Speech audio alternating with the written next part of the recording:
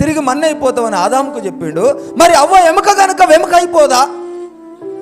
తిరిగి ఆ వెముకలో ఆ యొక్క ఆదాములో లీనమైపోదా?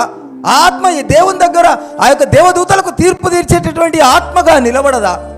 ఆ విషయాన్ని మనం ఎందుకు అర్థం చేసుకోలేకపోతున్నాం? అది వ్యర్థం అని ఎందుకు అనుకుంటున్నాం? ఆ సత్యమైన మాటలు అర్థం కాకపోతే ఎవరమే. అతిక్రమమును దాచిపెట్టువాడు వర్ధిల్లడు, అతిక్రమములను దాచిపెట్టువాడు వర్ధిల్లడు, వాటిని ఒప్పుకొని విడిచిపెట్టువాడు కనికరమును పొందును. వాటిని ఒప్పుకొని విడిచిపెట్టువాడు కనికరం పొందును. ఇక్కడ అతిక్రమములు ఎవరు చేస్తున్నారు? ఎవరి దగ్గర ఒప్పుకోవాలా?